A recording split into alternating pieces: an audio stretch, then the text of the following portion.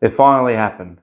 I was invited onto my very first podcast. Yay! Cue the cheers. Now, I didn't expect to be invited onto a podcast this early or really at all. But Mitch, the Gen X guy, my video showed up on his page and he watched it, he liked it, he reached out to me and he told me about his idea of wanting to start a podcast and would I be his very first guest. Out of everybody that he could have asked, he asked me. So, it means a lot to me. On this podcast, we talk about how we change career paths over the age of 40. We talk about our worst moments so far along this journey. We have a good conversation about a wide range of topics. So sit back, enjoy it, get your favourite drink, get some popcorn. You're in for a good one. If you like this podcast and you want to show Mitch a bit of love, go and check out his channel, The Gen X Guy, and his podcast, The Gen X Guy Podcast. I don't want to make this too long and boring for you. I'll let you get into the podcast.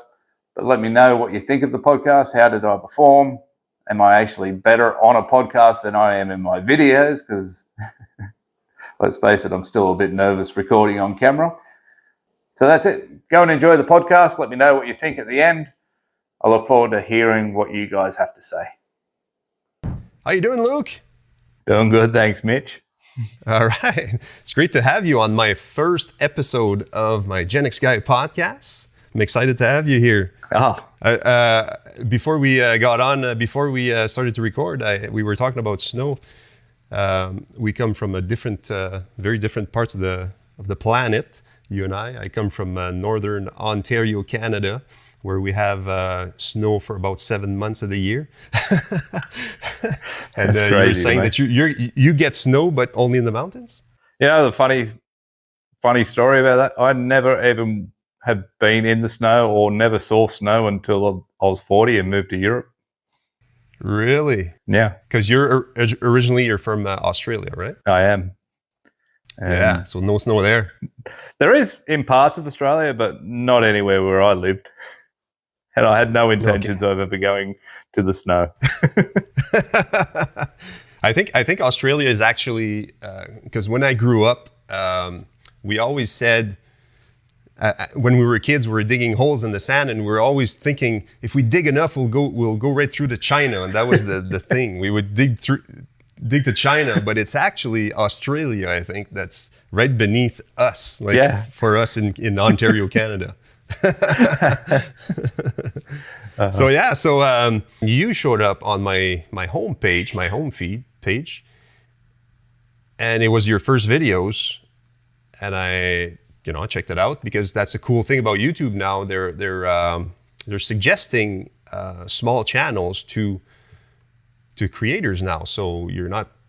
At least we have a chance to not compete, but we have a chance to be seen in this huge platform of YouTube where there's millions and millions of channels. But I started to watch your videos and they really spoke to me because I felt like we had so much things in common. And basically that's why I wanted to reach out and talk about, I wanted to know more what you did. And I understand that you used to be a coal miner, and you kind of decided to leave that at one point. But how about you tell us a little bit of your story and why you decided to change your life and your transition to and now being a YouTube creator. Tell us a bit about yourself. Well, where I grew up in Australia, as you got older into your teenage years and then you started thinking about work, I wasn't ever going to go to university or college or anything like that. So options were rather limited. You either worked for the council or you tried to get a job in the mines. Now, mining pays more, so that's the one that you always want to go to. And I was lucky enough to get a job in the mines when I was 23. And I kind of thought, this is it. My dad was a coal miner, so I just sort of followed in his footsteps. And I thought, once I got in there, that's it. I'm here to the day I retire type of thing, 65, whatever the age is, because it keeps going up year after year in Australia. I imagine it's the same in Canada.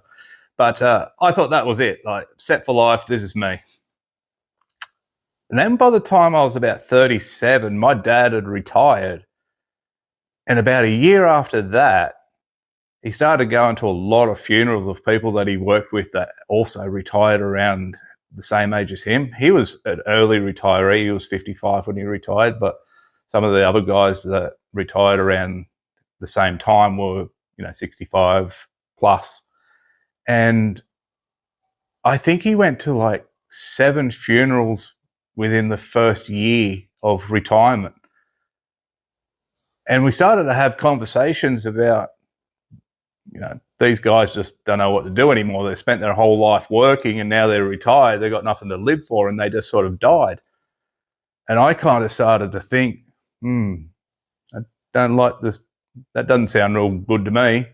I didn't know what that was going to be. And so I started to say things to myself, because that was everything to me, because our age, I imagine your parents were the same, or it's a common theme of get a job, get a family, house, car, set yourself up for retirement, and then kind of just live out your days in peace and whatever. So that's kind of what I always grew up with. But then when I saw people dying that Dad had worked with, I went, yeah, I don't want that. And I wasn't enjoying the mining business anymore. It's a pretty hard life. Sounds easy on the outside. You only work 6 months a year, but that 6 months is actually 12 on, 12 off, day, night. You just don't know, coming and going and all that. So that's where my thoughts started to change. And I started to say, or think to myself, I need to set myself up for something else, because I don't want to live this life for forever. I don't want to retire and then die. And all I've got to say is that I worked for 40 years in a coal mine. It wasn't appealing to me anymore. So I started saying to myself, life begins at 40. I'm setting myself up for a big change at 40. I didn't know what that was going to be. I had no idea. But that's what I started saying to myself. Life's going to begin at 40. And as I got closer to 40, nothing really was changing. But pretty well much to the day of turning 40, I met a lovely young lady. I was single, by the way. I was just a working guy, lived on my own, right, and all that. And then I met a beautiful young lady who is now my wife, and she started asking me questions. At 40? Yeah, at 40. Yeah, cool. And it was her that started asking different styles of questions. She started asking me stuff like, what are you into? What do you like? And what do you want to do with your life? And I didn't really have any answers. All I was pretty well much saying was, yeah, I don't know. I just know I don't want to do this anymore. And eventually the question came, well, why are you doing it if you don't know why you're doing it and you don't even like doing it? And that was the moment that I went, yeah, true. Something needs to change here. And that's how that ball got rolling. And should I go back a little bit further or add a little more detail? She's Romanian. I'm Australian. So cool. we didn't meet in person, so to speak. It was because I was looking at things, and she was into Amazon, FBA, and selling products on that. So I sought her out off social media and said, because she had a course to offer, and I was like, what is this? I wanted to know about this, because I was still thinking that I was going to be coal mining for another 10 or 15 years, but I was looking for another way, bring in more money, something that you can do, that side hustle. Right, a side hustle, yeah. Instead of working to 65, I thought I may only have to work to 55. That was sort of where it was going. But while I'm saying all this in my head of, life's going to begin at 40, things are going to change at 40, I'm going to start living life at 40. Oh, lo and behold, my birthday is on May 31st, and I met her on July 1st. So 1 month after I turned 40, it actually did change. And 3 months later, met her in Paris. We met up in Paris. 6 months later, I'd quit my job and moved to Europe. You guys met in Paris? Yeah. Kind of. Did you guys meet at on the Eiffel Tower or something? No? We did go to the Eiffel Tower, yeah. At night time, it was windy as hell, cold, because it was October. That's awesome. Yeah, but that's how sort of fast it all sort of changed. It felt fast, but when I think back on it, it was like, yeah, I'd sort of been asking for the universe, or however you want to describe it, to do something like, I'm going to do something different or make life different at 40. And, a month into 40 and things had changed in a massive way. So then the next question sort of came to, well, what now? And I actually thought about doing YouTube way back then. So that's nearly, it's 5 years ago. And I thought I can do a YouTube channel around me. It's always about me. But right. kind of like, like a guide to an Australian guy moving to Europe. So I moved to Romania and we moved around Europe a little bit. And I thought, we discussed it. It's like, yeah, you could do a YouTube channel about what's it like to live for an Australian to then move to Europe and live in Europe and that type of thing. Didn't really go anywhere. Well, it didn't go anywhere at all. I never did it. So that was the creative thinking. And then we were sort of looking around. I was looking around and consuming a lot of content of other ideas, what other people were doing, I guess, what we try and do. And you kind of get a little bit interested in something. So like there was coaching, like life coaching and marriage coaching, whatever niche you wanted to fit into there. And so like I started thinking about that. Maybe I can talk to guys who were 40, first time married, and then moved to the other side of the world. And right. Again, that didn't really go too well. I worked with a few people, but there was a lot of work and I didn't have that confidence and I didn't have that outgoing to get on the social media, because how do you attract clients on the internet? Well, you have to get out there, and I didn't know what I was doing, so it didn't really work too well. And I just tried several different things. I thought I talk about it in my video, trying to sell Etsy t-shirts and nobody buying any investing and trading and God knows everything that you kind of think of that you can make some money with. Didn't really ever pan out for me, because there was two reasons why it was such a challenging journey for those years. Was I wasn't 100% committed. I had the mindset of when I left mining, that's it for me. I'm living life. I'm taking it easy. I'm not putting in those efforts anymore. And without effort, without consistency, you're just going to fail. So, and that's, again, about a month ago, 2 months ago now, decided to do this YouTube thing because I found something that spoke to me. There was a series of events that kind of led up to it. I was watching a documentary on YouTube and we were talking about that, about the algorithm and stuff like that. And then this podcast with Sean showed up and I watched that.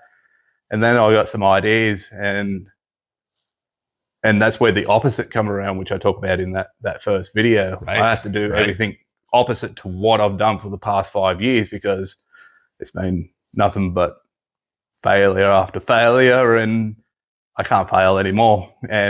But I think a lot of people don't forget that but you need to fail. You need to go through all these steps to be where you're at now, right? And it's a lot of what I went through.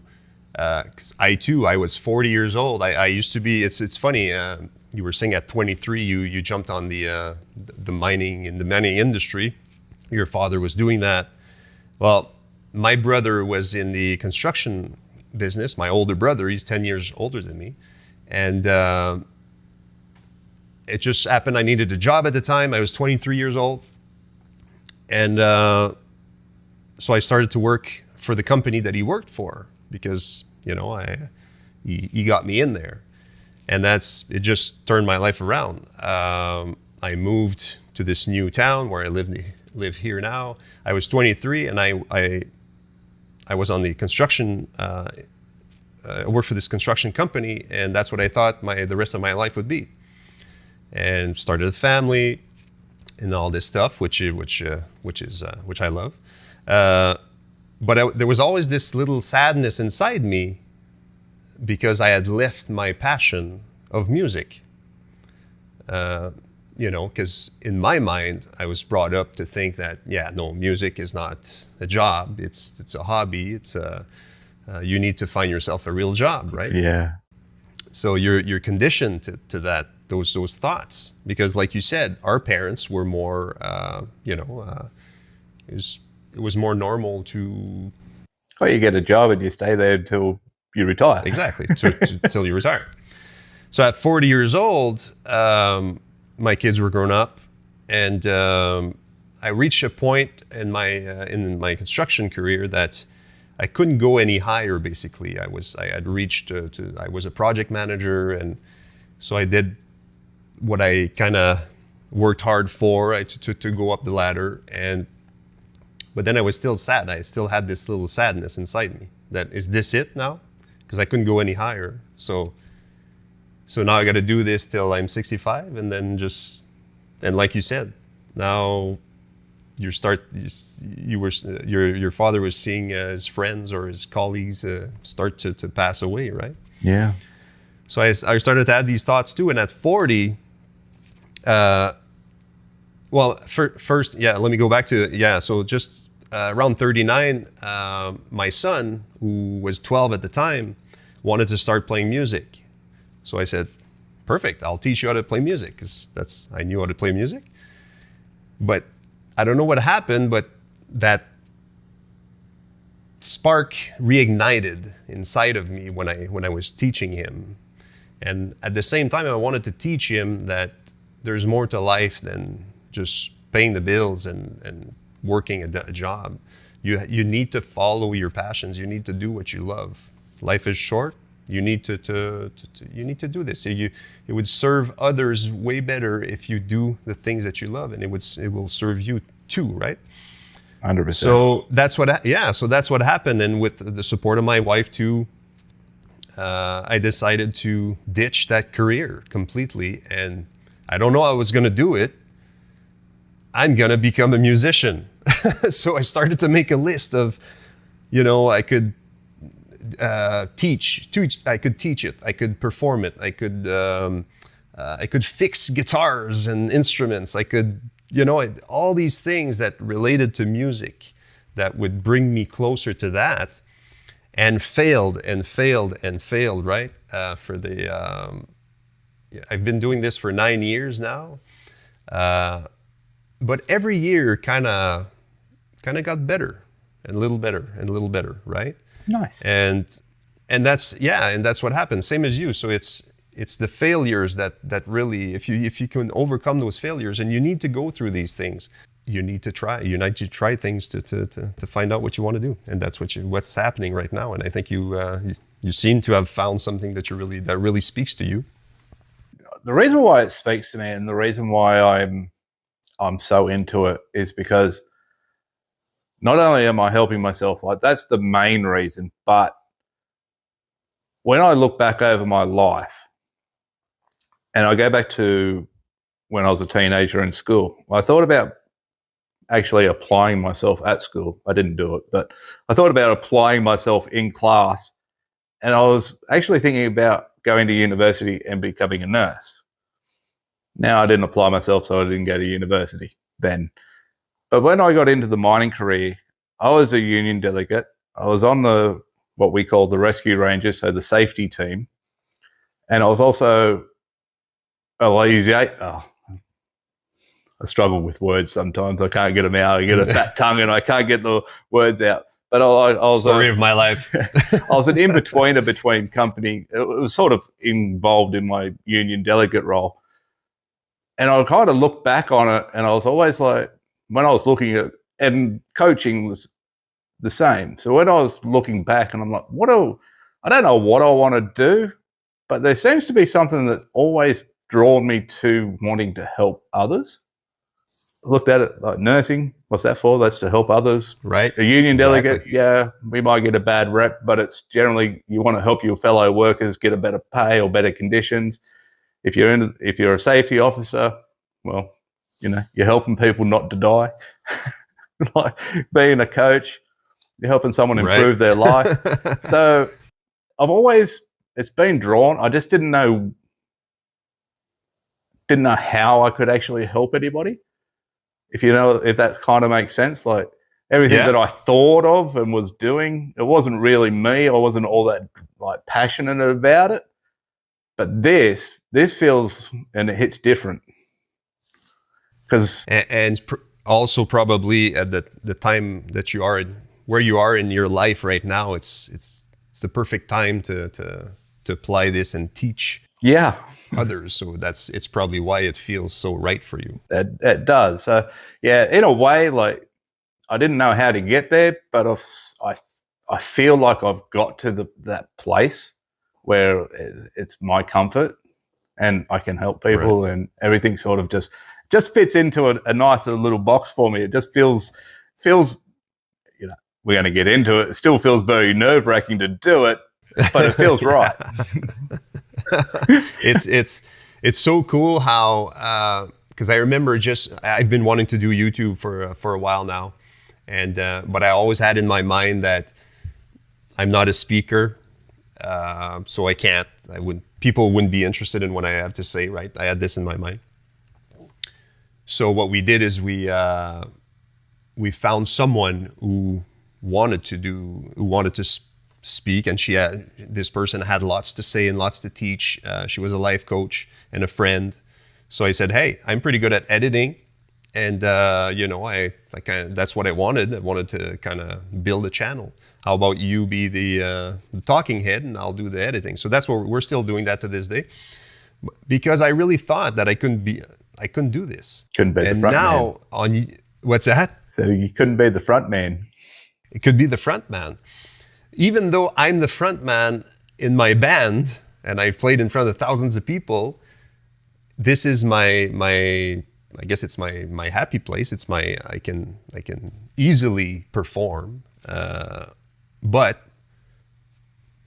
talking on a camera and sharing thoughts and ideas and being really vulnerable, and this is not the same thing, I guess, for me. But what I started to notice in finding, people like you and many others, I've noticed that, hey, you don't have to. At first, I remember thinking that my French accent would be an issue, right? So I can't be on YouTube. I got a French accent. Yeah. Why was I thinking that? It's so weird. But now, as you can see, everybody's on YouTube, and everybody can find their people that they can connect with and teach and learn from, right? Yeah. So, like you said, you're a teacher. You're a teacher. You just didn't know how, and I feel the same way. I feel like I have things that especially at our age, midlifers like us, we've learned a few things along the way, and we can teach. And maybe we're not experts in certain things, but there's always someone who, how can I say that? Always someone that can learn from what you have to say. Right? Funny you mentioned that, because I just literally an hour ago put a post up on Threads, exactly the same thing. Somebody was a bit down on themselves, saying, I see all these people getting ahead and I feel like I'm stuck in the mud. And that was my exact reply to him. It's like, there's always going to be someone in front of you, and there's always going to be someone behind you. True. Yeah, absolutely. I made a video actually on don't compare yourself to other YouTubers, because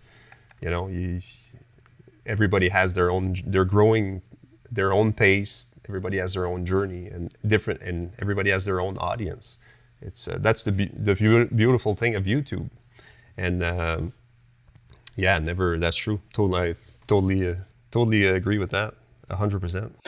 So what are you trying to achieve? What are you trying to create with your channel? What's your goal with your channel?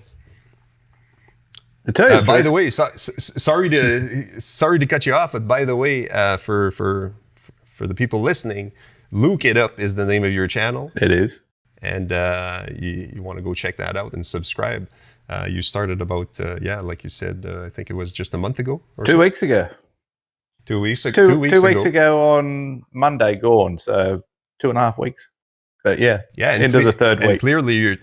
And clearly you're trying to, it seems like you're trying to kind of help people in that particular domain to grow channels and all that stuff. So what are you trying to achieve with that? Yeah. And that's what it just started with. Like, it started off as a challenge to myself, to get that consistency back into my life, like actually commit to something and follow through with it. And that's where the 101 day confidence and social media challenge came from, or social media growth challenge came from, because been in and around it for the last few years, but never committed to it and never gotten anywhere. It's like, I need to do this. So it started out as something for me, and I never really, like, I did plan it out a little, like, once I decided to do this, and that was the opposite again. As far as where the channel goes, I'm not 100% sure where it will go, and I'm pretty excited by that fact. I just know where it's going now. So I kind of have I have the next 3 months idea of, and that's this challenge of growing, being able to communicate a little bit better, bring myself onto camera and having that presence, and not being so worried about what it looks like, what it sounds like, or what I'm saying. It's just really, it is just about building that confidence. And I thought there's no better way to do it than do it live. I know it's a video, but it's doing it live. I'm going through it you're coming along with me. For sure. And it's kind of already morphed into this just because of so much message. There's so many messages that I've gotten, and people are like, yeah, you're doing really good. You're inspiring me. So it's kind of like, all right, you're inspiring me and I'm inspiring you. So I'm going to talk about that even a little bit more, just to see, because some people just need that little push. It's not even a push. It's just, it's just someone sharing the journey along with them. Exactly. Sense of community and So all I know is where it's going towards the end of this year, and it's still just growth for me. I just want to get better at what I'm doing. I'm going to let the ideas flow. I was watching your video earlier today, actually, where you were talking about the same thing. If you don't know what you're going to talk about, it doesn't matter. Yeah. Right. And that comes from the feedback from my comments from my listeners. Yeah. They're struggling to find what to talk about, and I too struggle the same thing. So I said, oh well, there you go. That's a video. That's a topic. It is. It's a subject that a lot of people relate to. But I love your 101 thing. I hear a lot of 30 days, 90 days, but the 101 was like, okay, that's the first time I hear this one. 101. That's a really ambitious goal, I think. For me, it would be like a 101. That's 101 days. Because to me, like, for example, when you're trying to change a habit, let's say, I don't know, stop smoking or whatever, eat better. I feel like the 21 days is always like a good number to start your change becoming a habit. And 90 days is even better. But 101 days, that's even better.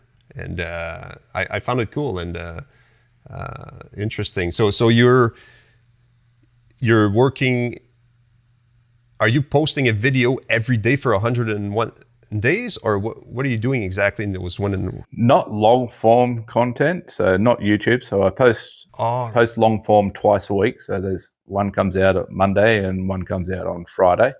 The rest of the time we are posting shorts and doing all social medias. So that's where the social media growth comes into it. It's not just a YouTube thing. Right. I am recording every day. Well, most days I we'll have to admit, because there's other things in life that goes on where you just don't get to it.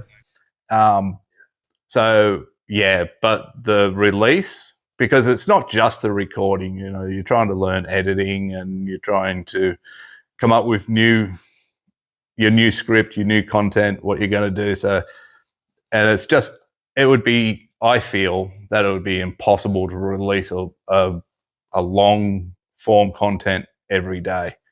There's just too much. And to do it for 101 days, I don't think you can make it. I wouldn't make it. I strongly doubt that. Depends what you do. I guess I see some YouTubers that they just press record and then they just speak their mind, and they sometimes they release 2 or 3 videos a day, but it's really unedited, raw. It depends what kind of message you want to send out. I can't do that. I have to kind of plan and think about it first. And I do too. I thought, because before I started it, I thought I had an idea of where it was going. But then when that first video hit and I got over, I think there's like 270 comments on that video. So it was right. And as you were saying, you listen to your audience and they're like this. So then the next video, which was already recorded, was a miss. And I got so many comments of there saying, "Oh man, you ruined it." Like I was so into what you were talking about in the last video, and then this one comes out, and I'm like, yeah, I'm kind of feeling a bit guilty. So I've actually pulled back on that, not to get so far ahead of myself. So you can listen to what people are saying to you, and you can sort of pivot a little bit earlier than if you go ahead and have so many videos up or ready to go.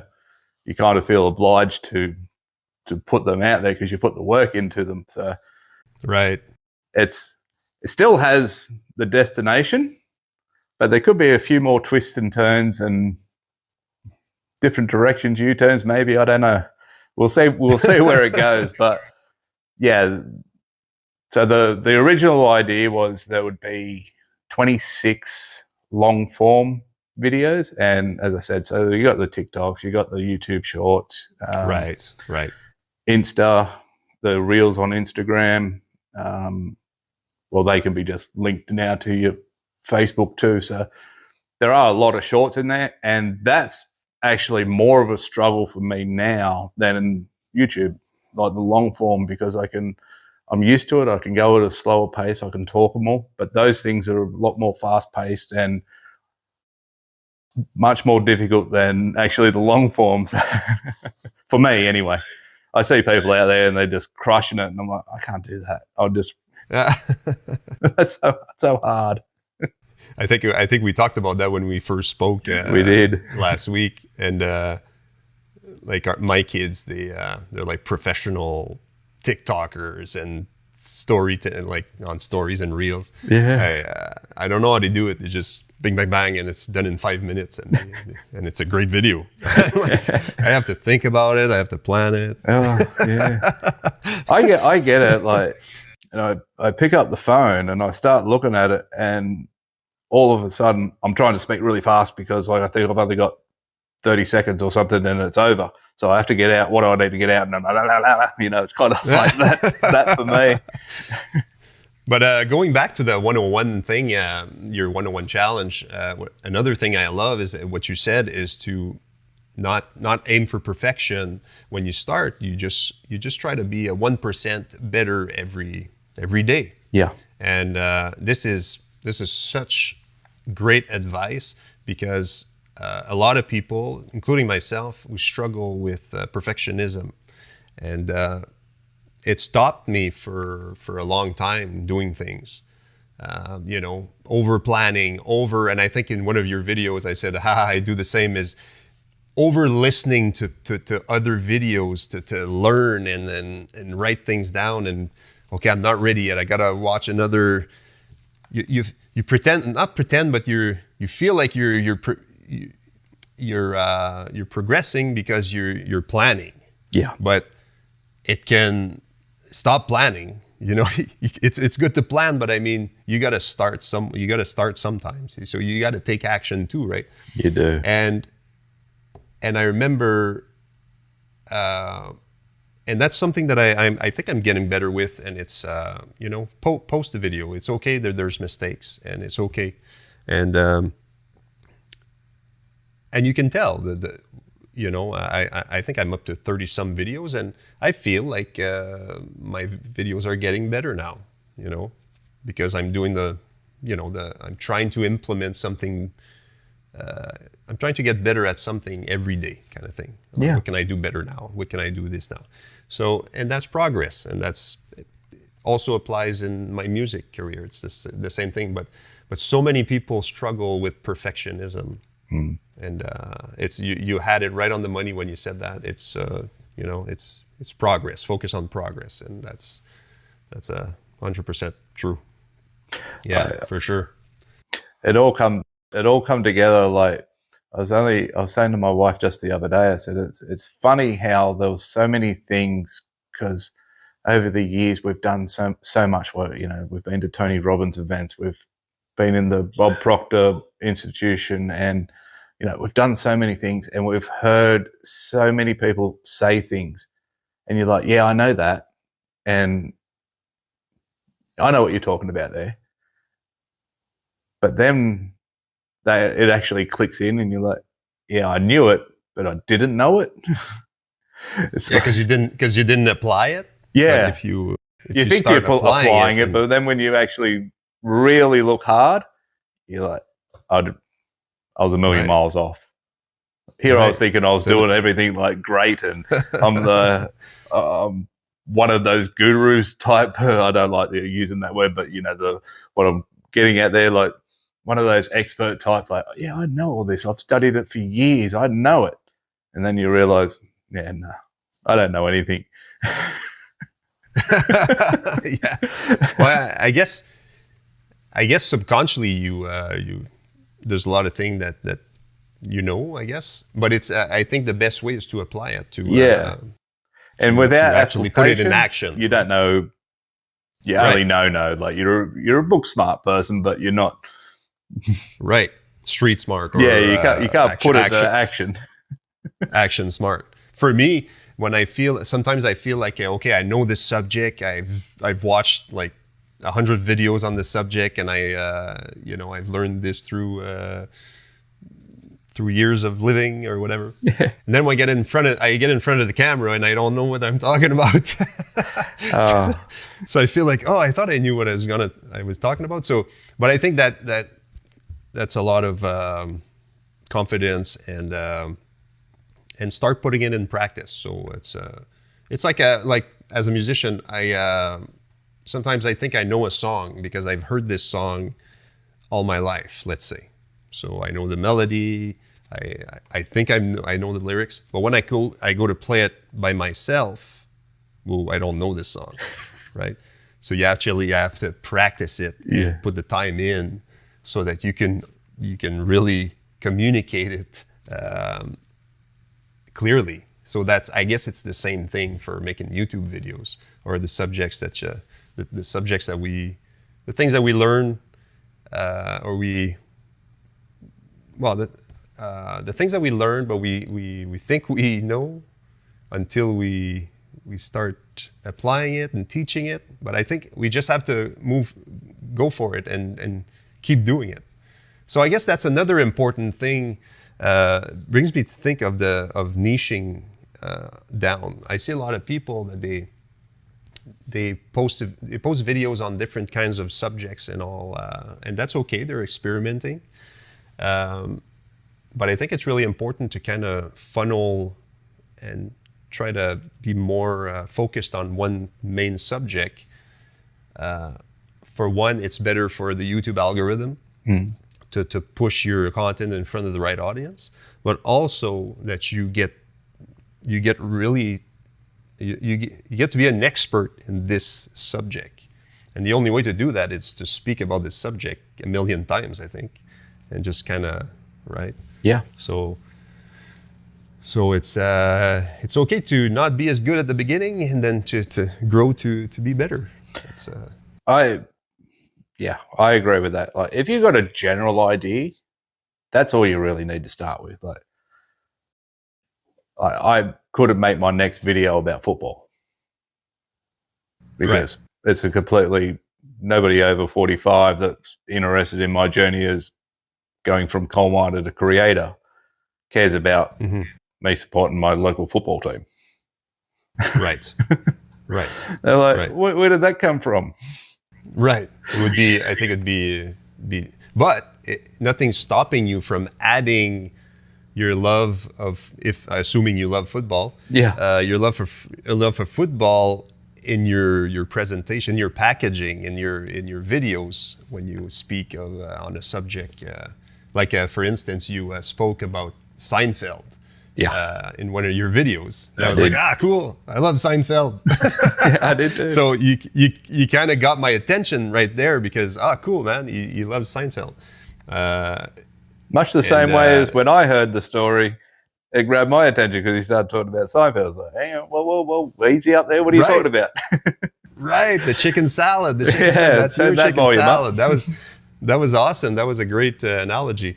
And who's your favorite Seinfeld character, by the way?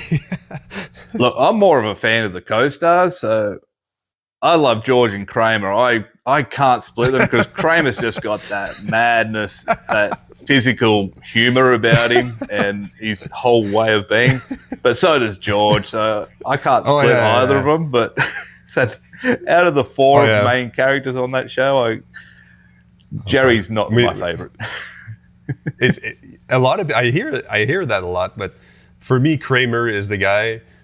Just his physical comedy, because I was always like a fan of Mr. Bean and Jim Carrey's my favorite because of the physicality included in their. I don't know if you know the comedian Sebastian Maniscalco. No, that's the one I don't know. He's a stand-up comedian, and he's getting pretty big in North America. And he's a short Italian dude, and he just the way he's really sarcastic and really he's so funny, but he has a lot of physical, the way he moves and the way he incorporates that into his comedy. So that's why I like Kramer. Kramer was always my favorite, just the way he walked in the door of the apartment. I don't think I could. Yeah, as soon as you said that, I saw it. And if you listen to the, I think there's a documentary out there how Seinfeld started, that show, and I think it's on the second or third episode that he kind of just decided to do that, and then the audience just bursted out laughing, and then it kind of stuck, and that's how he developed his character even more with those movements that he was doing. Crazy, it's so amazing. Yeah. But I think the combination of the four was really worked a good well. recipe. Yeah, worked well. Yeah. When was that? I think it was mainly all through the 90s. Like, it was before Friends. Was it? Yeah, before Friends. Yeah, 90s, late 80s. Late 80s and through the 90s. Yeah. Right on. You were in your videos. You were mentioning a secret weapon. The MVP. Tell the lovely folks what the MVP secret weapon is on your channel. Well, it is the Self-Coach Journal, and this came about. It's not my creation, by the way. I didn't create this. I kind of wish that I did. I was just the tester. So my wife she's brilliant. She can do just about anything. She just doesn't particularly like being on camera. She can do it. She can do it better than me, but she's happy to do these type of things. She just loves learning. She loves spirituality and all those type of things. So she was looking for a way, because we tried affirmations and we tried writing long form journals where, and none of that just worked for us. And so she started thinking about, how can I do something what can I create? What can I make that's short And it's only going to take a few minutes, because I don't know if you've ever written affirmations, but they take a fair while, because like you think you've got to write so many of them. And we were doing 3, 6, and 9. So it was 3 in the morning, 6 in the afternoon, 9 at evening. And they'd be like half a page each. So the next thing you know, you're writing for half an hour. And it felt like a chore. So she started thinking, how can I create something? How can I get these powerful questions in that does the same thing, but only takes like your 5 minutes in the morning to do? And most people couldn't afford 5 minutes. So she started creating that, and then I was a guinea pig. She's like, do this. And I'm like, yeah, right. What are you going to do? It's your wife. You got to do it. And so I treated it like that. It was nothing to me. It was just like, yeah, it's pretty good. I like it. It's simple. It takes 5 minutes. Takes another 5 minutes at nighttime. She goes, no, be honest with me. How is it? So, all right. Well, the first couple of times, because I didn't really know what to write, and I'm thinking, I have to do this so good, and what am I grateful for? Well, I'm grateful for, you're trying to think of the big things that you're grateful for. What are your intentions for the day? Oh, well, I'm going to be the best. I'm going to create the best video that I've ever created in my life. But this was all before I started recording videos. But you get the point where I was thinking big, and what should I write that's going to impress nobody but myself, because I'm the only one that's going to see this thing. And so I started to get into it. I started writing it out every day. And it also has a monthly and a yearly goal. And I wrote some stuff down because I was actually thinking I was going to do TikTok, and I wanted to get 10,000 followers, and I wanted to start seeing if I can earn some money off TikTok. As we've talked about, I'm not very good at TikTok, but I wrote those things down. And then along came this, and I started getting into this. And then I went back to that journal, and this is why it became my MVP, and this is why I started really believing in it. I was 3 weeks into it when I changed. And at the end of the month, I went back and I had a look to see what my goals were, how did I go about achieving them. And it was pretty well spot on, but very unintentional. Like what I'd written down, I'd forgotten. I didn't even know what I'd written down. So I was going through the days of the month of what I'd written down, like what I'm grateful for, what my intentions are, what my tasks are going to be, and what's my mindset going to be for that day. And I saw the change in it. And then the funny thing about this thing was I started remembering it through the day that I'd written those things down in the morning. So if I wasn't actually doing what I written down in the morning, I'd start feeling a little bit guilty and that's not what I said I was going to do today. This isn't how, if I started getting angry and frustrated, because one of the things that I write down is have fun. And then I start getting frustrated and I'll write down, be happy, have fun with this. It's the funnest job in the world. You're just talking. Exactly. Have fun with it. Just stop.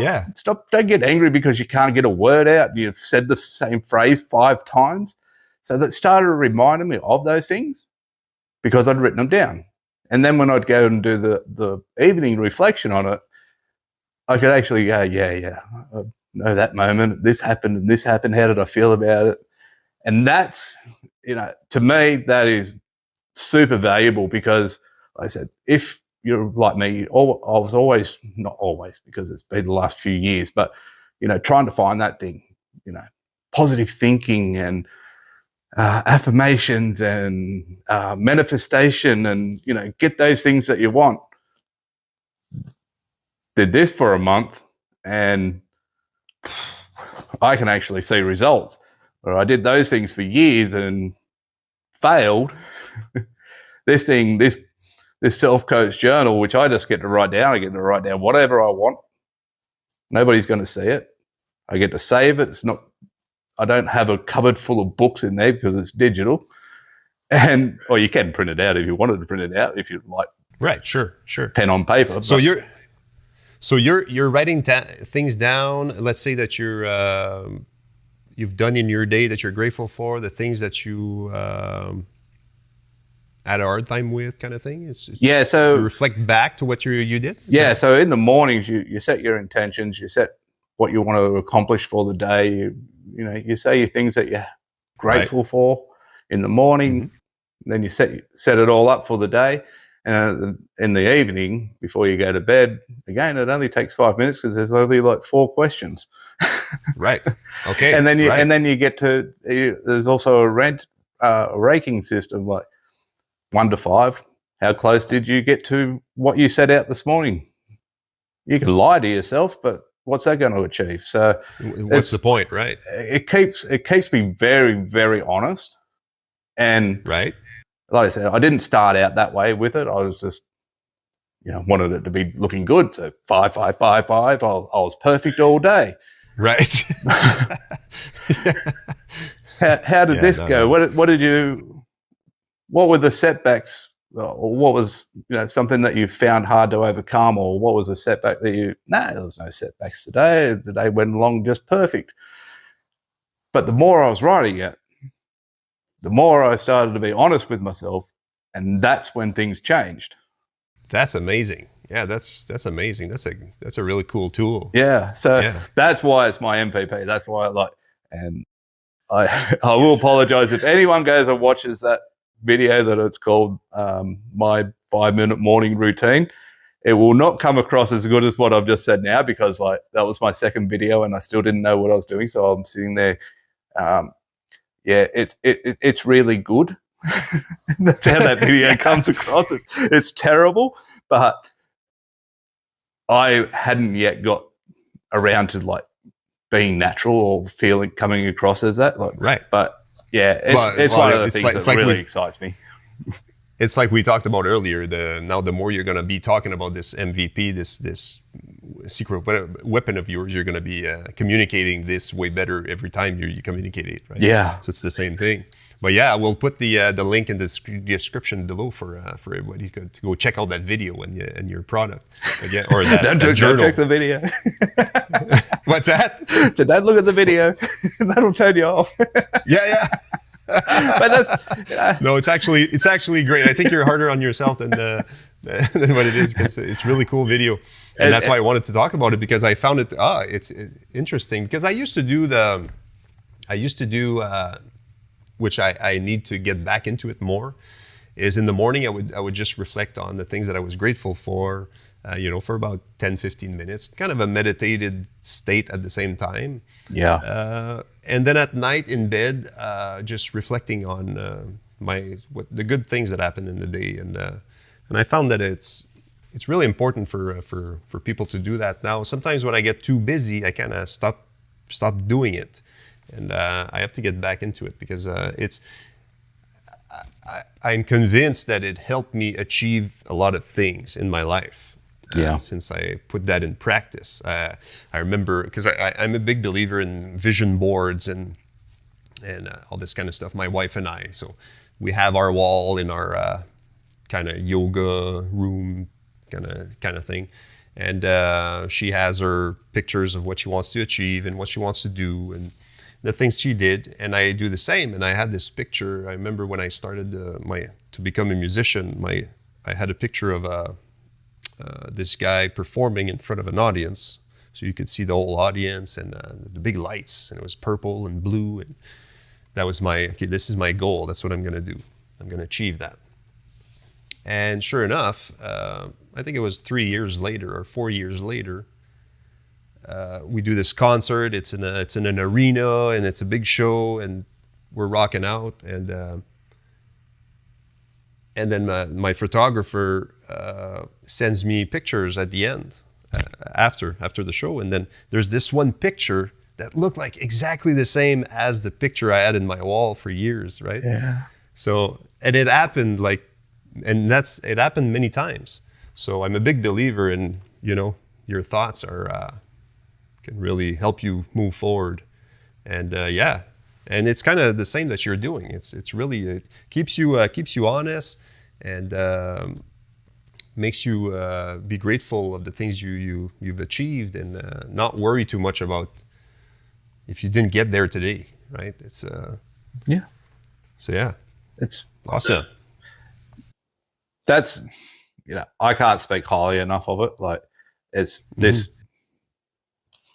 I even don't really have the words to describe how big it's became a part of me. Like, because, you know, the more we talk, you and I mean, Mhm. the more like I'm like, man, this dude are like brothers virtually. Like, Yeah. we're so much alike in things that we've Right. done, and we're very parallel. I'd even forgot about the vision board. We didn't have a vision board, but we made a vision board that we used as a home screen on our phones. And we were only talking about this a couple of weeks ago, where we went and pulled up that old one that we had, and we looked at it, and pretty well much it was dropping. Like about 90% of what we had on that picture had already come true. And we did that 4 or 5 years ago. And you don't really think about it, or you don't see it as it's happening. But then when you can reflect, and that's another thing that I love about this journal. Like I said, I didn't think it was working. I didn't know much until halfway through the month. I went back and had a look, or towards the end of the month, and I saw the change. And I'm like, I didn't really even realize that until a week ago that this was working. Right. And it's actually, now I've gone back and I saw what I wrote for at the month. Yeah, okay, it's a different platform, but it's virtually the same thing. I was like, wow. Right. It was like, wow. That was like, I can't talk highly enough of this. I'm going to spruik this from the mountaintops. Yeah. Exactly. You feel like everybody should be doing this. Yeah. Everybody, like, you need to do this. Especially if you're someone like me or you, like, or maybe not you, but I know myself, like all that other stuff that I tried, it just didn't work. I didn't believe in it. I kind of believed in it a little bit, but not fully. And because you don't see the results after months and years of trying something, it's just, and if it feels like a chore, it's not good. Right, exactly. No. This takes like 5 minutes. If I everyone's got 5 minutes. Yeah. Hey, your first video, what was the name of your first video? That was, there's two. I remember seeing two. There was... You got me there. What was it? It only went up 2 weeks ago. What was the name of that video? There was one, it was the cringiest... that was the second video that went up. The second, yeah. That was all the offcuts out of the first video. Isn't that terrible? Yeah, I can't remember the name of your own video. It's all good. It's all good. My question to you was that was your first video. You've built the courage to press record. You planned it out before. How did you feel before that? Were you nervous? Were you scared of it? And then after you watching it, after editing, how did you feel after? I wasn't nervous in the traditional sense of nervous. I have more of questions that I face myself, like, I have questions around, can people actually understand me? A bit like you were saying with your French-Canadian accent, like with my Australian accent, because I have plenty of people tell me that they don't understand a word I'm saying. So I was like, really? If I get too excited, are people going to be able to understand me? You know, I'm a bigger guy. Are people going to make fun of, like, because are you a pound or a kilo people in Canada? Pound.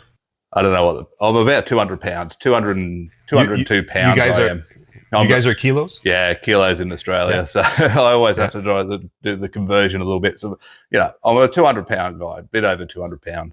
202, 205, something like that. Okay. And I've always been a little self-conscious about that. I'm going to talk about it in the future a little bit. So I always have that self-conscious. So it's kind of holds me back. I've never really wanted to be that person on camera. I was always the person behind the camera. Like, I'll take the photos. I'll record. I don't need to be in this video, you know, or photo. So that to me was a little nerve-wracking. But the thing that holds me back the most is I speak with my hands a lot, and they're fast movements. They're not like the professionals that actually speak with their hands nice and slowly and do it right. Like I'm like that. Right. I'm the same. So this is why I have fears, or I started off with having fears around recording. It was more about the fact that because I never liked looking at the camera. So like my wife would always say to me, "Look here."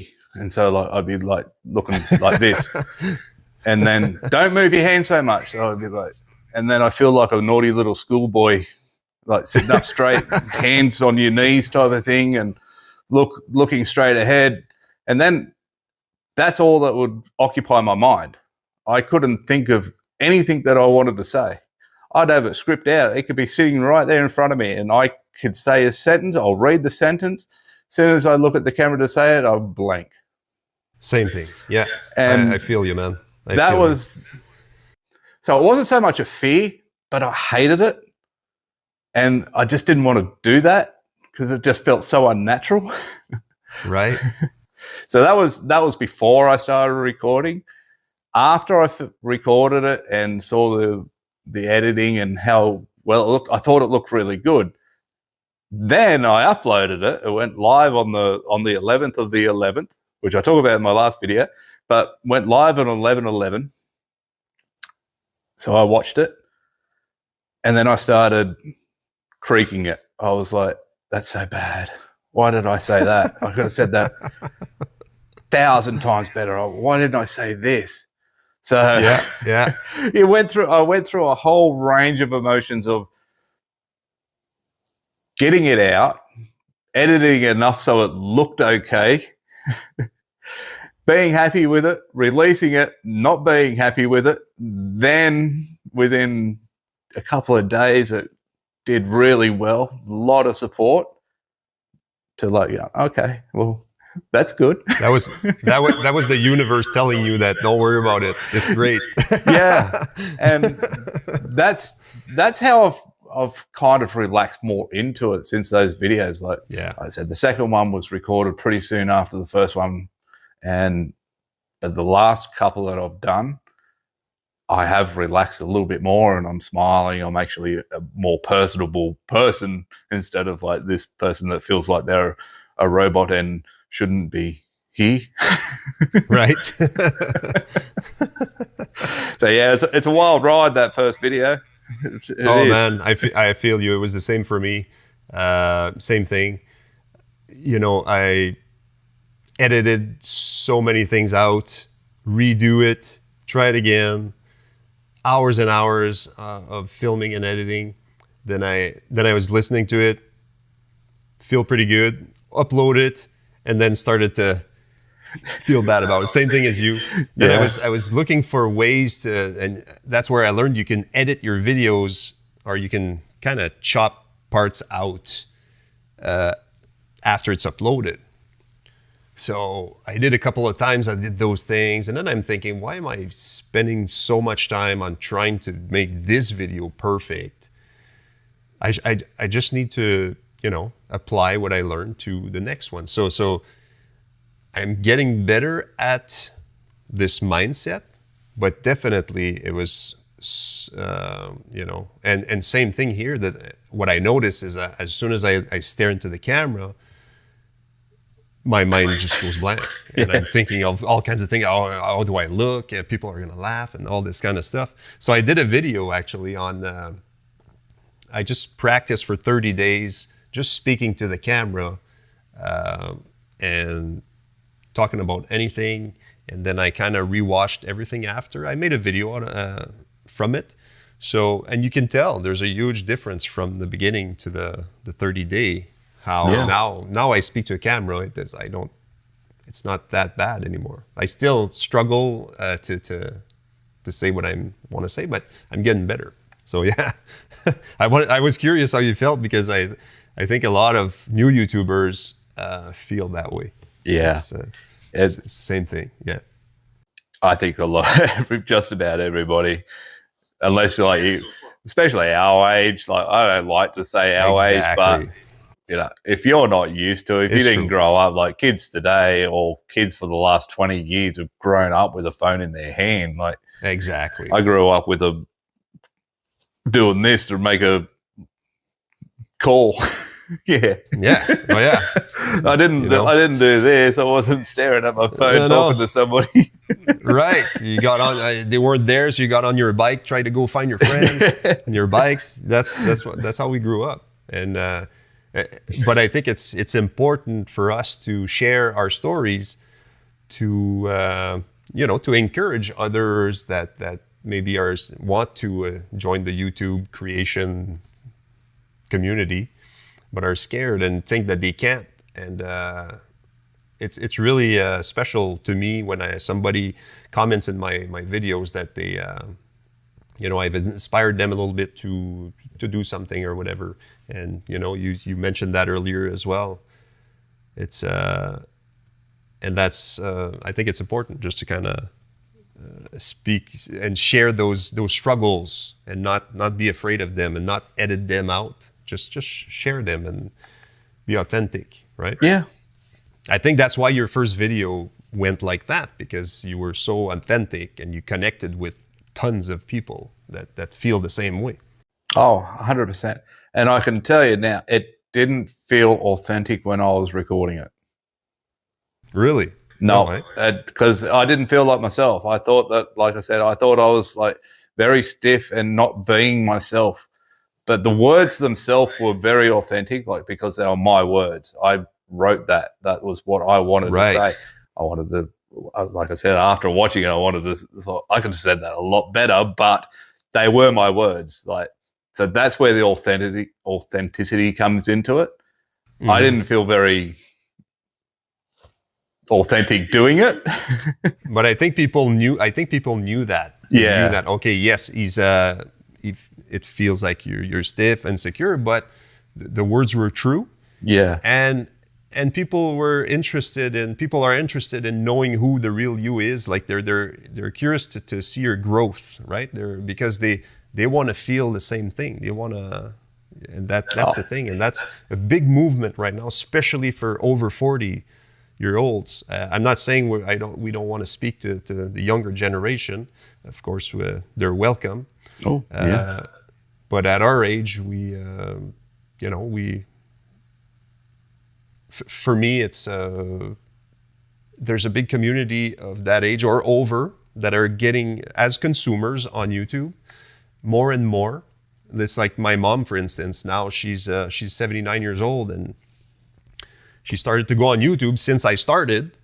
And now she's finding all kinds of things now on YouTube, and she's like, "Oh, I love this!" And she's got it on her TV now, and so a lot of older generation are consuming YouTube, so they're looking for 40 and up creators that share authentic stuff, and I think that's why, like your first video, is it's authentic, it's minimal editing, and a lot of editing. There's a lot of just cutting out all the bits that right that are stuffed up so many times. Right. I'll rephrase. It's not fast pace. Nah. Like a lot of the young creators out there, where it's bing bang and it's fast, right? It's really fast, and fast transitions and all kinds of polished effects and all this kind of stuff. I think our generation are looking for something a little bit more relaxed and more authentic. Yeah. Or I'm not saying they're not authentic. I'm just saying it's a different style of editing, I think. My most viewed videos is me in my truck. I pressed record. I literally just spoke for about 8 minutes, whatever. I came home. I just cut the beginning where I was pressing record, and I cut the end where I was pressing the button again, and that was the video. I just tried it out. That's the fun what thing. I'm thinking. That's what I'm thinking. It was the shortest, no edits at all. And it's my most viewed video. It brought me like 300 subscribers. Nice. in like 3 days or whatever. So it's funny, right? It's people are looking for that type of content. So that's why we should not feel nervous or scared to not be accepted or laughed at or whatever, right? It's 100%. We compare it's ourselves kind of to, it's always that you know? thing. It's like standing at the edge of the cliff, or when you're on the roller coaster and it starts creaking up the uphill. You know, that's when you have the most fear. Like when you're standing there thinking about all the things that could go wrong, everything that could hurt you or whatever it may be. But all those fears are there until you do it. And then you get on the other side and you're like, that wasn't so bad. Actually, that was rather enjoyable. I want to do it again. Exactly. When I speak, like yesterday, I filmed my next video that's coming out today. And as I was speaking a sentence what I was trying to say, I felt like, oh, I got to redo this. I got to redo the sentence. I got to redo it. I felt like I had to re-speak it. And when I was watching it, and when I started to edit, and I'm, okay, why didn't I the first one's fine. Why did I try it 10 times after that? The first one was great, was fine. So I think it's while I'm recording, I don't know why, but I feel like it's not coming out right. But when I edit, I realize that it was okay. It was fine. So I'm starting to learn that it's so I guess it's part of the learning how to communicate better for me, anyways, because my English is not my first language. So I have to think a little more when I speak. I'm way better than I was, but I think it's part of that too. It's just a confidence of you know. Your first take is normally the best one. More often than not, it is. Right, exactly. Yeah, that's cool. On your videos, you spoke a lot about how you scripted. I think I'd be interested to hear your thoughts on scripting, because it's a subject that I'm still questioning. I'm still trying out different things. I still try to not script, but I find that if I have somewhat of an outline script, then it helps me. What do you do? Do you script? Do you? I do. I am still scripting. It comes down to a trust thing for me. I can't trust myself yet to stay on topic.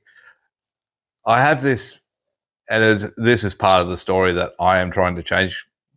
Again, I don't want to keep going back to the journal, but there's something that I write down each and every day. Change your thoughts, change your life. And one of my negative thoughts are, when I could start here on this topic of scripting, and by the time I finish this monologue, I could be talking about a truck. So I've tried various different techniques of scripting. I'd like to script it all out, as in, like the TV show, like this is my monologue, this is everything that I want to say. And then I've also tried to take that monologue and turn it into bullet points, so then I can give myself a little bit of freedom. And if I find that I'm, again, going down the rabbit holes that I shouldn't be going down, I can go back to my script. And I don't say it word for word, so it's not, what's the word that I'm looking for there? So it's not like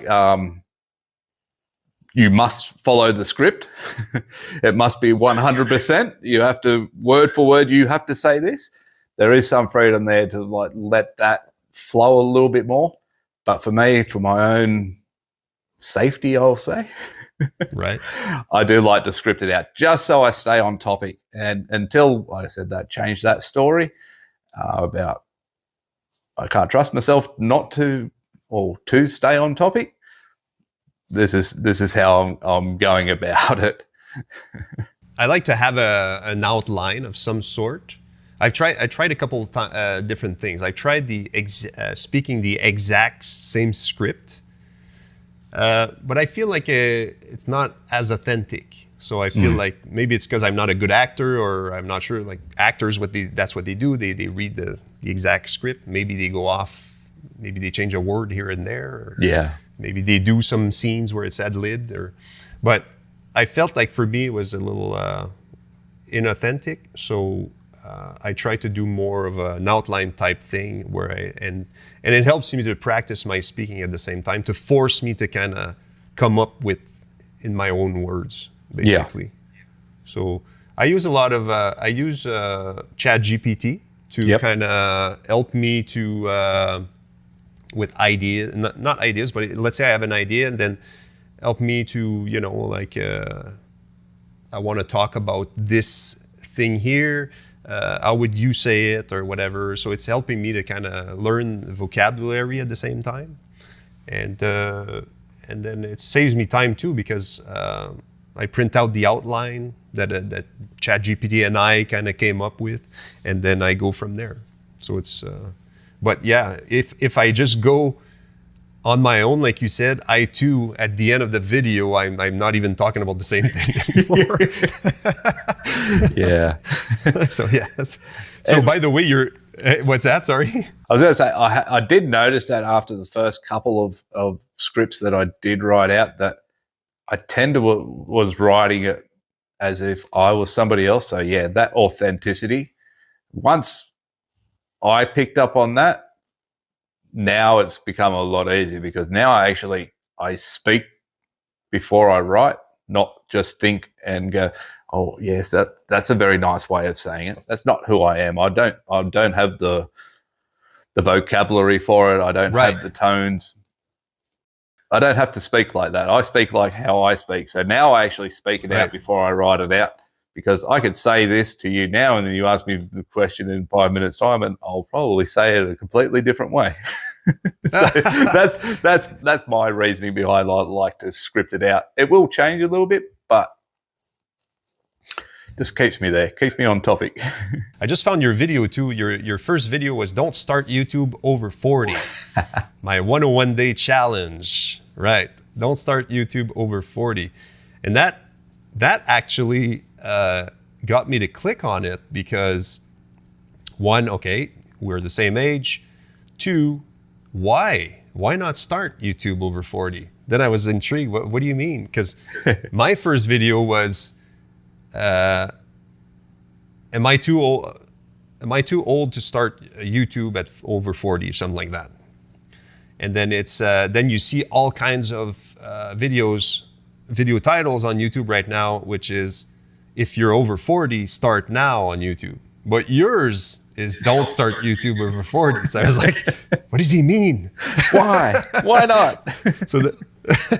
Why is this person telling me not to start? So that's what made me click on it. And that's a great example on how important the title is in your videos. Title and the thumbnail.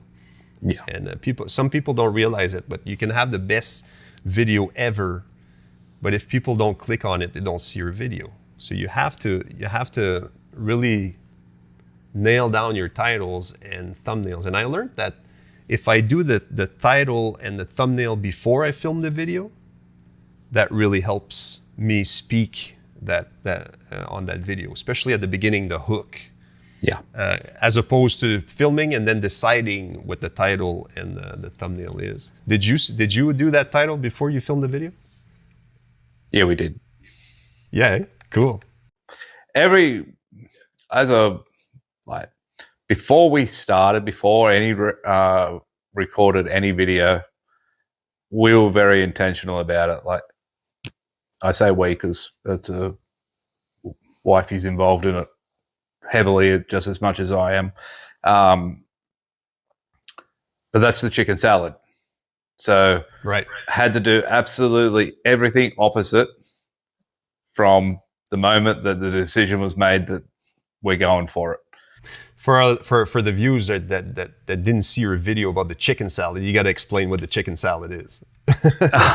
It's a great story. It's I just before I explain the scene, as soon as I heard it by Sean, I saw it I remembered it straight away. I'm like, I know that scene. I even said it to my wife. I said, I know that scene. I know exactly what who he's talking about. I was playing it out in my mind as he was talking about it. That's how much I knew Seinfeld. But the chicken salad was George coming into the diner where Elaine and Jerry are sitting there having a conversation. He comes in like George would, all downbeat. I'm a failure. Everything in my life has led me to this point. I've got no job. I live with my parents. I'm a complete loser. I'm bald. He had the whole 9 yards going on to why everything was wrong. And the waitress shows up and says, "The usual, George, tuna on toast."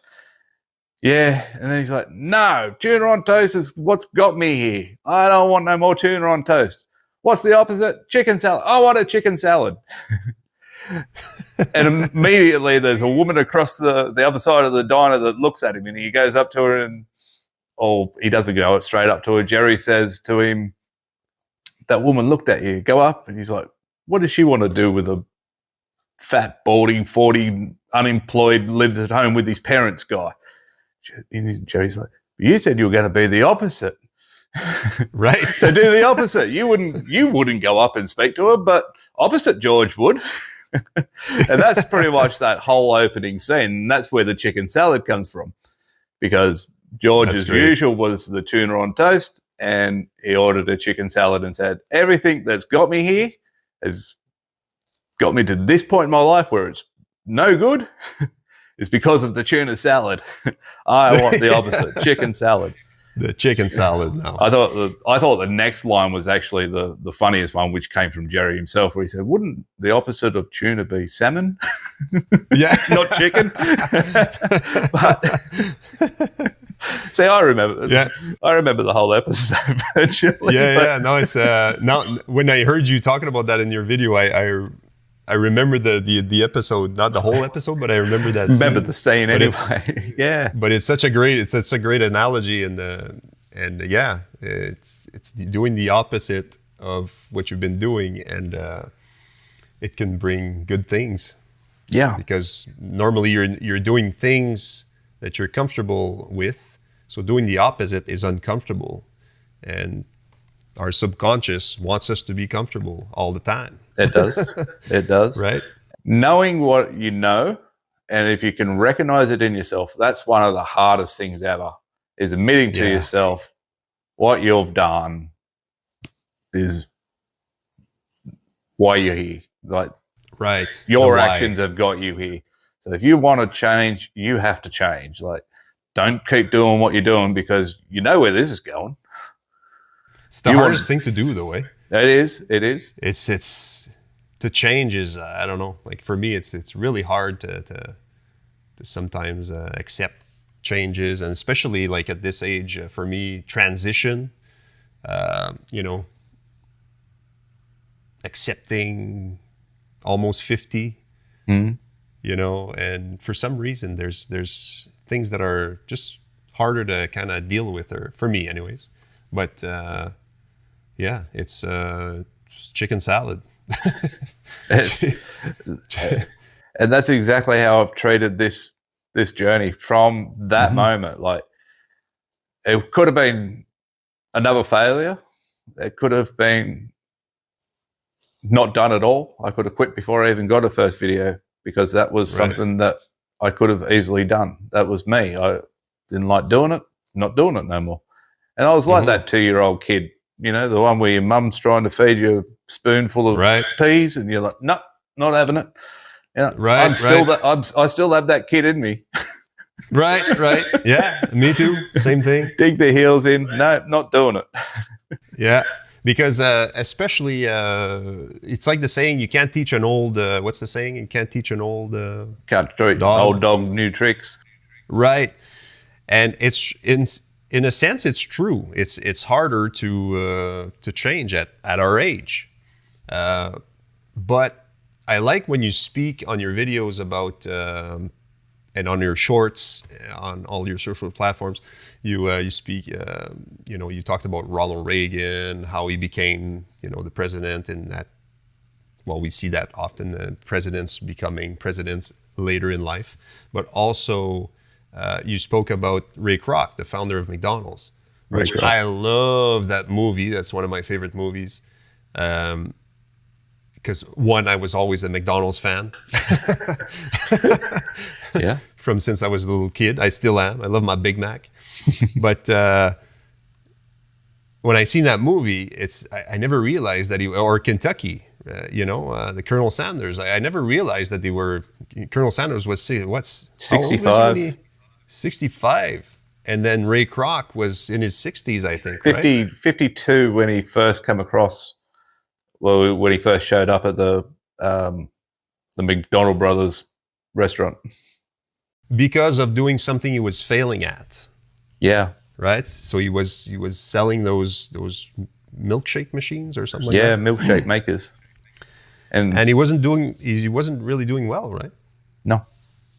But it brought him to that. Lucky to sell a few here and there, driving across the country, never at home. That was the impression that I got. Like that was my understanding of Ray's life up until that point. Struggling to sell milkshake makers. Right. Then he just stumbled upon that opportunity, or that he had a vision. He saw something. So it's never too late. The bottom line is it's never too late. Yeah, and that's what I kind of say in that video about that. Like, because I never saw it as that. Like, I never took those lessons. I was like, yeah, okay, yeah, you did something and it worked out for you. Yeah, good on you. I never took into all those other little factors. Like these people, not everybody struggled, but a lot of people just persevered. They just kept going. Like they didn't just go and sit on the porch and say, well, I'm done.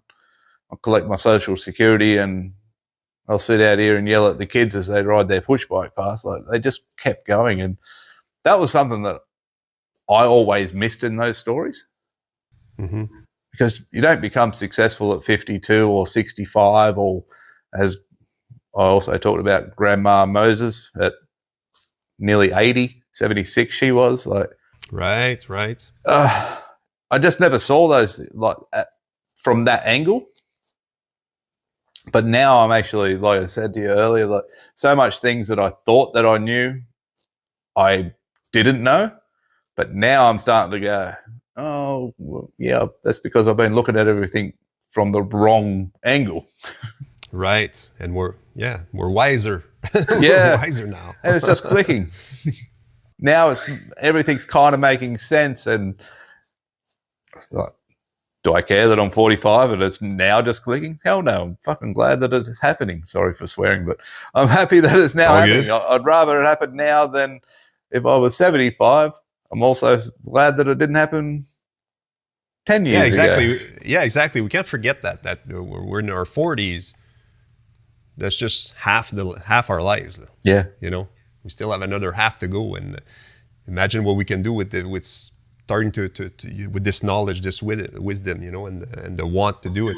I'm a big sports guy. I love football. I like American football, but we have our own football in Australia. But I played, and every coach always said, you don't win it in the first half. You always win it in the second half. It's in the last half that you bring it home. True. So for us, we're just at the halfway mark, so we're bringing it home now. Like, yeah, true. Either we're in front of the scoreboard or we might be just behind a little bit.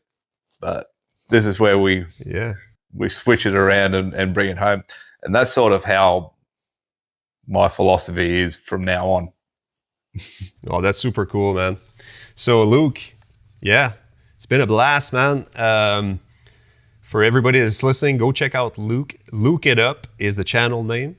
It is. It's not that hard to find. If you wanted to see me on any other platform, it's the same name. Kept it very simple everywhere. And go check out his stuff. He's got a lot of cool wisdom to share. And it was really a pleasure to meet you and to speak with you now more openly, and to get to know the Luke. And definitely looking forward to doing that again. Definitely, Mitch. Yeah. Oh, like I said earlier, like you and I could be, from different mothers but brothers, because we're you know what? alike. Yeah. I think so, because I think that's what kind of, you spoke to me, and that's why I wanted to meet you. And another thing is that I think you had a Guns N' Roses T-shirt on you when you did that video, and I was like, cool, because I'm a huge Guns N' Roses fan. Yeah. So you've seen that was them one of my regrets when Guns was big. I was only like 10 when they come to Australia the first time, so my parents wouldn't let me go, because I didn't actually live in Sydney. I lived in Newcastle, which is a couple of hours north of Sydney.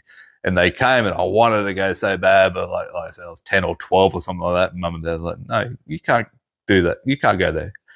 And then when they got back together, it was like 2015, and I was like 30 something. So it's funny how as a kid, Guns N' Roses, I think I was around 13, I think. And but as a kid, my parents were like, "This music, this is not music. This, because I was into Kiss, I was into Motley Crue, Guns N' Roses, Ozzy. Ozzy was one of my favorites, Metallica, but my parents were they didn't want anything to do with that kind of music, right? Nowadays, I teach music. I teach to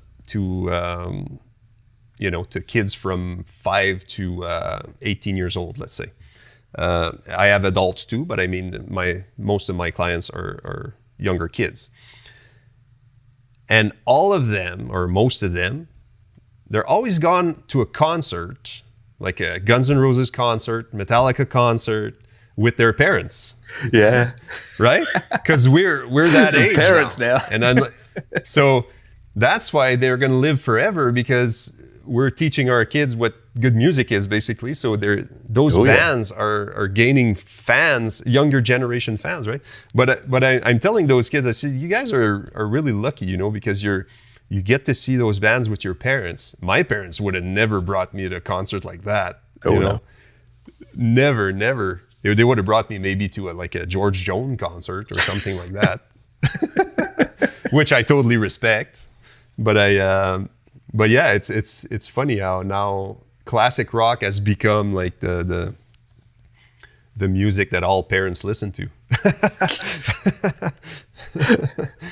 And even my mom nowadays, she hears a song sometimes and that I play. Oh, that's a really good song. Well, Mom, you didn't like that song about 30 years ago. Oh, really? Yeah. Different me back then. Now I'm more open to these things. Yeah.